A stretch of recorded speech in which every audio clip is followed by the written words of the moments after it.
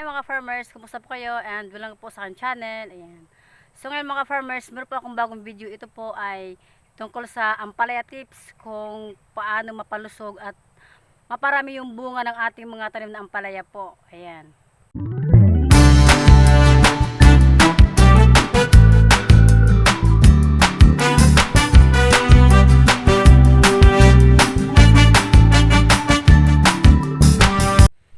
Para po sa mga mami po na mahilig magtanim ng mga gulay po kahit sa backyard lang po nila. So ngayon, bibigyan ko po kayo mga mami ng tips po para mapalago po ang inyong mga tanim po gaya ng ampalaya at para po magkaroon po siya ng maraming bunga. Ayan. So ngayon, meron akong i-share sa inyo mga kamami na yung ano po yung ating mga tanim po na ampalaya, kung gusto nyo po na mapalago po ang inyong tanim at maraming bunga po, so ngayon sasabihin ko sa inyo kung ano po yung mga tips para tuloy-tuloy po ang bunga ng inyong ampalaya mga farmers. Tapos bukod po doon, talagang ano siya, yung magiging ano po talaga siya, maganda po ang tubo po ng ampalaya at saka dumami naman po yung bunga. So gaya po nito mga kamami, so eto siya, kung napapansin nyo po, nakabalot yung aking aking bunga ng ampalaya. So ayan. So, kaya ko po siya binabalot para po hindi po siya dadapuan ng basa-basa po ng mga insekto, ganyan.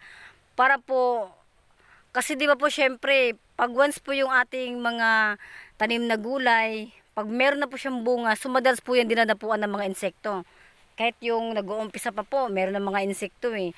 So ngayon, sa akin kasi, ang ano ko po, ginagawa ko po para hindi siya yung kumbaga hindi siya basa-basa madadapuan at hindi po siya mabubutasan po yung kanyang bunga po, dahil karamihan po mga kamami at kadalasan din po pag once po na dadapuan po yan ng mga insekto at yan po ay binubutasan nila, dyan po nagsisimula ang uod, di ba po? Syempre alam po natin yan mga ka-farmers. Ayan. So ngayon ako kasi sinishare ko lang po sa inyo dahil etong ginagawa ko mga ka-farmers ay tested ko na po eh. Kaya ipapakita ko lang sa inyo. Yan. Kagaya po nito, nakabalot siya. Ayan. So, ipapakita ko sa inyo kung gaano kaganda mga kamami at mga ka-farmers yung aking tanim na ampalaya. So, tatanggalin natin ito para makita nyo po. Yan. Sinisira ko na ho siya kasi malaki na eh. Pwede na siyang gulayin eh, kumbaga. So, di ba po ito? Di ba napakaganda po? Pag nakabalot yung ating mga gulay, mga kamami or mga ka-farmers, ayan. So, ito kasi ginagawa ko sa ngayon eh. Yan. Tapos, tinutuloy-tuloy ko na po dahil, syempre, kita ko naman po na kung gaano sila kaganda yung bunga at wala pong uod dahil syempre yun nga, hindi po sila nadadapuan ng mga insekto dahil nakabalot sila eh. Eto, titignan natin. Yan. Tatanggalin natin mga kamami para makita nyo po kung gaano siya kaganda. Ayan. So, di ba maganda po? Oh. Wala po siyang butas. Ayan. Makinis po yung bunga. Ayan. Napakaganda po. So, mas maigi po talaga na nakabalot po siya sa papel. Kung ano po mga kamami, kung meron kayong mga lumang kalendar, pwede po yun. Ayan, kung meron kayong mga sketch ng mga papel, yung mga hindi na po ginagamit, ayan, pwede po yun. Eto, papakita ko rin sa inyo. Tatanggalin natin mga kamami. Ayan. So, eto, tinanggal ko siya. Kagaya po nito, maliit pa. So, tips ko lang po na ano kasi yung mga farmers, share ko na rin ho ito sa inyo dahil para po na malaman naman po ng lahat na eto pala ang magandang gawin para po hindi masisira yung ating mga gulay. yung mga bunga po kagaya ng ampalaya, yung talong pwede din ho yun, yan. Tapos eto, dumami na nga yung ano ko dumami na po yung mga bunga, mga kamami at mga farmers, ayan. So eto, titignan din natin to kung ano talaga ang hitsura sa loob po pag nakabalot yung pag nakabalot yung ating ampalaya. Ayan, sinisira ko na ho para makita nyo po talaga. So diba napakaganda po at makinis. Ayan po. Tapos eto rin ho ayan. Meron din po. Ayan, madami na po siya Ayan po, isilipin na lang natin para ayan. So, mas mainam po talaga na nakabarot lahat po yung ating mga bunga ng ampalaya. Eto, napakalaki na Ayan. Eto, tatanggalin na natin itong mga kamami at mga farmers dahil ito ay pwede na po siyang gulayin. Ayan, tatanggalin na natin sa papel. Ayan. So, tinanggal ko na siya. Ayan po, napakaganda po. Ayan. Makinis at malaki. Ayan.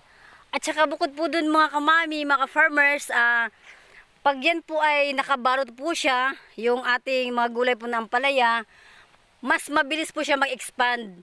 Yung maliit pa lang po siya, binabalot na po para hindi na ho siya yung madadapuan ng mga insekto para hindi po maudlot yung niya, para hindi po maudlot yung pag-expand po ng kanyang bunga. Ayan. So ako kasi naobserbahan ko na po kasi araw-araw po ako tumitingin dito sa aking mga tanim po, lalo na po mga gulay kasi di ba syempre marami po akong mga tanim dito sa area namin.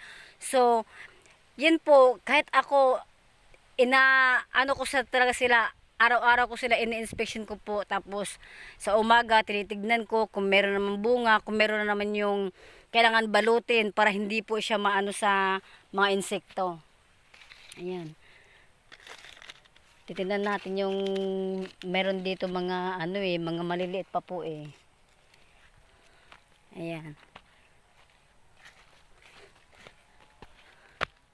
Eto, meron dito nakabalot, maliit pa po oh.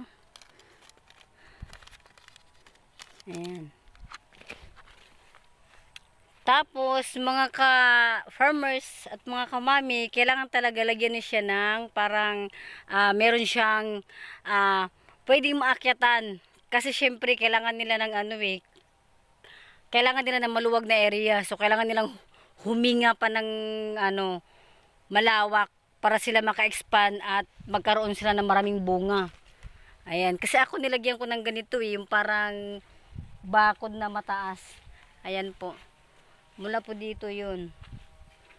Ayan, nilagyan ko sila ng bakod. Ayan, yung parang meron silang yung pwedeng mapagapangan kasi syempre gumagapang yung mga nila, yung katawan nila Ayan. Tapos ko lang sa inyo mga kamami, mga ka-farmers, share ko lang po sa inyo, yung maliit pa po, kailangan nyo na siyang balutin. Huwag po tayong huwag po natin palagpasin dahil may puruhan talaga na lumaki yan. At saka pag nagbalot po kayo mga ka-farmers or mga kamami, kailangan po makahinga siya, hindi po masikip yung pagkabalot. Kailangan po medyo naman po siya, dapat maluwag-luwag ho yung yung papel po or mga dyayo na ginamit niyo ho na pambalot po sa kanila para po maka-expand sila ng mabilis. Kasi ako po, napapansin ko po mga ka-farmers, mga kamami na mas mabilis po sila lumaki at maka-expand agad yung katawan nila pag sila po ay nakabalot. So, kagaya po nito mga kamami, ayan, mga ka-farmers, meron na hong ganito kaliit. Ayan, meron ng ganito kaliit. So, kailangan po balutin na po siya para po tuloy-tuloy ang kanyang paglaki at mabilis po. Kasi ako, ganyan ako na ko siya, ako mismo na obserbahan ko po, pag once po na binalot sila, parang mabilis sila lumaki. Ayan, so meron ako dito ayan, no, bago pa lang to, nung ano pa lang to, kumbaga nung nakarang araw ko pa lang to binalot Ito po, so ngayon malaki-laki na siya. Tas, kunyari naman po mga ka-farmers, mga kamami, pag nagbalot kayo, tapos medyo short naman sa papel or sa pambalot nila, so kailangan siya palitan or dadagdagan nyo dito sa baba. Kasi syempre, kailangan pa nilang lumaki. Lalaki pa po ito hindi sila pwede, nakalahati lang yung pambalot nila. Kailangan talaga nakabalot sila lahat. Kasi ako dito, anuhin ko to dadagdagan ko po ito kasi ano na siya, kumbaga lumaki na siya. So kailangan talaga maluwag yung pambalot.